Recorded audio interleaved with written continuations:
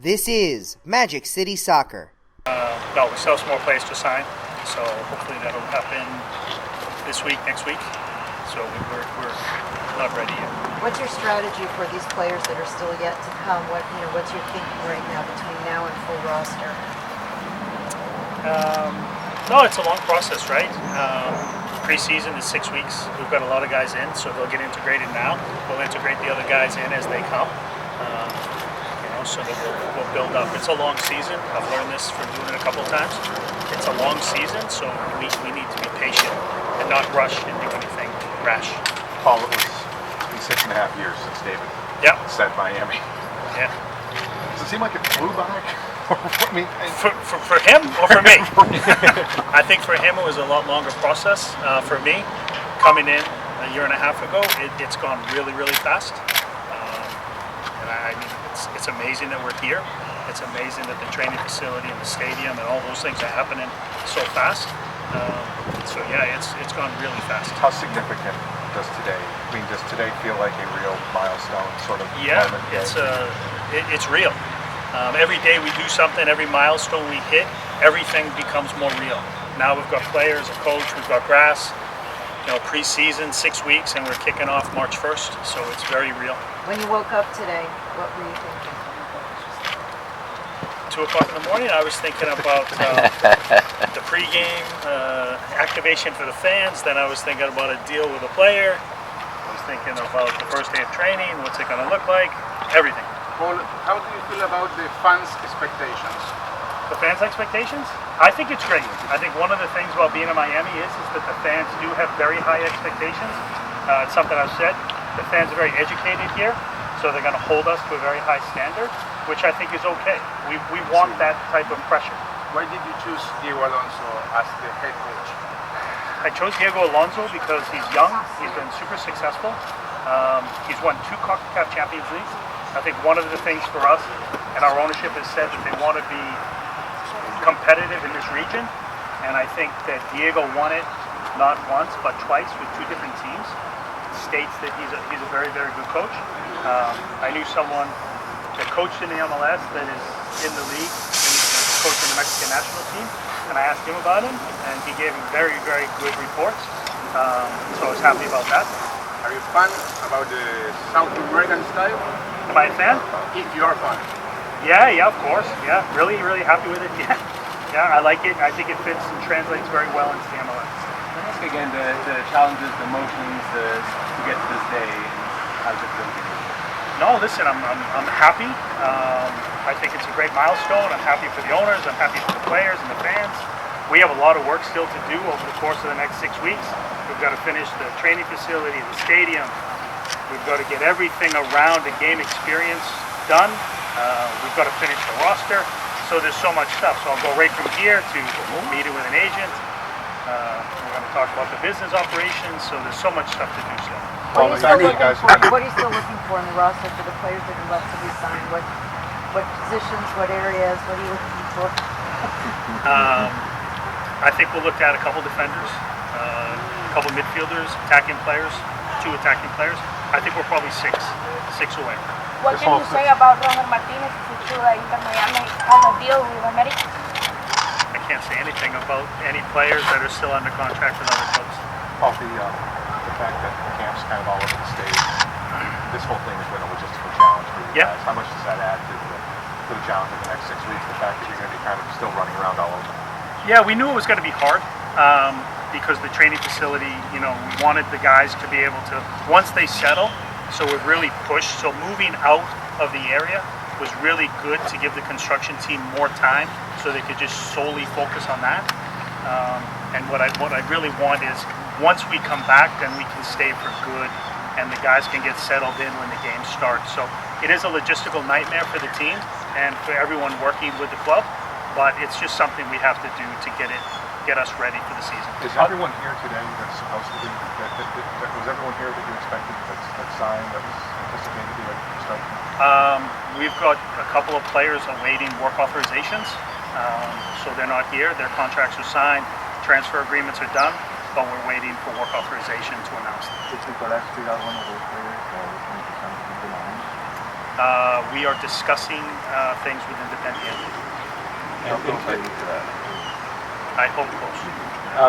In terms of Diego, you've said before you want this team to play attacking football, Yep. and Diego at Monterrey didn't exactly do that entirely. From a stylistic point of view, how much did you jive with what ultimately you want to see from this team?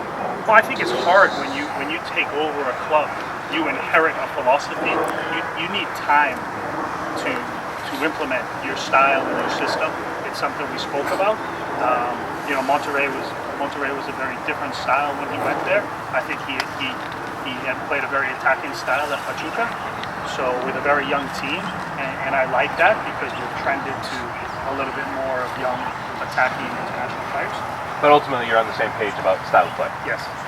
Paul, I don't really have a metric to measure this by, but there seems like there's a lot of buzz in South Florida already for this team before you have training session 1. Yep. Does it surprise you at all that this city, this area has really caught on to what you're doing? No, I don't think it surprised me. I think that everyone's just been waiting, and this is kind of, the build-up it's been a long time. And I think, David and Marcelo went a long way, and then when the Mas brothers came in, this thing has kicked into really, really high gear. A lot of things have happened in a very, very short period of time, but I think the buzz is important because everyone's been waiting for a long time, and now it's very real. How is it different? Because in the other sports, I think people would not necessarily understand the notion of still having to add players. How does training begin without the squad really being complete? Look, the first week for us is going to be very much just players getting their legs back and integrating with one another. We had a dinner on Saturday night. The guys had never sat together before, so all of a sudden you're bringing 50 people together between players, staff, support staff. So we have to get to know each other. That's one of the challenges with expansion. So we'll start to develop a philosophy, and then we'll drop players in as they go. I feel really happy with the players that we have here. Could we start this way? Yeah. Do I think we're going to be at top of the league if we start this with the team that we have now? We'll be okay. But I think, and I've always said this, we're going to add some more special players, and I think that'll push us over the top. What's the priority for this? What's the top 6 weeks? What's the priority? Yeah, just getting the guys integrated. With each other. In terms of the league, which is the main goal? In terms of the league? Yeah. To win it. To win the league? Win it. Paul, what's the message to the fans that are still waiting for that big signing? The big signing? Yeah, in terms of the players. I think for me it's more important that we put a team on the field that's going to be successful to win. That might be a big name. It might be a young, player like a Miguel Almiron that's going to come in here and kind of be under the radar, and then all of a sudden when he gets in the league, people say, I didn't realize he was that good. So for me, it's really about putting a team on the field that's going to win. Paul, you mentioned logistics about getting ready for the first game. The second game's at home. You get asked this all the time, I'm certain, but the stadium, projected to be full steam ahead, on time, ready to go? Yeah, stadium's on time. We had some rain that put the training fields, the academy training fields behind a little bit, but stadium is on schedule.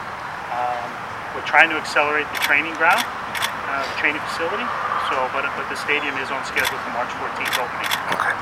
In terms of you talked about bringing 50 people together. How much is that a consideration when you're building the squad to begin with, and putting personalities together that might make sense? Yeah, look, I think it's important, right? Having MLS experience is important. Adding a guy like Luis, adding a guy like Roman Torres, bringing some of those guys together, AJ, Lee. We have some guys that have been captains within the league, and they've been through it. I think Lee helps us because he's been through expansion. I've been through expansion. A lot of people haven't. But it's a process. But look, when you build this, you think about how many people you're adding. You want to really make sure you try to just get really, really good people, good characters that are bought into the project. And that's been the goal for us. And we sat the other night at dinner, and Jorge and Jose were there, and they said, we have a lot of really, really good kids, right? They're like good kids. So that's important, right? Because this is going to be a long, long road for us. So having good people and having people that get along is going to be super important. About what you're doing. I don't focus on that. I can't. Is it a Did Diego Alonso ask for any player in particular? Since he's come in, we've talked about players that we're signing and if he likes them and if they fit and stuff like that, yes. Is it We've had a possible conversation. you're leaving a designated player spot for the summer? I don't think it makes sense to leave a designated spot for the summer.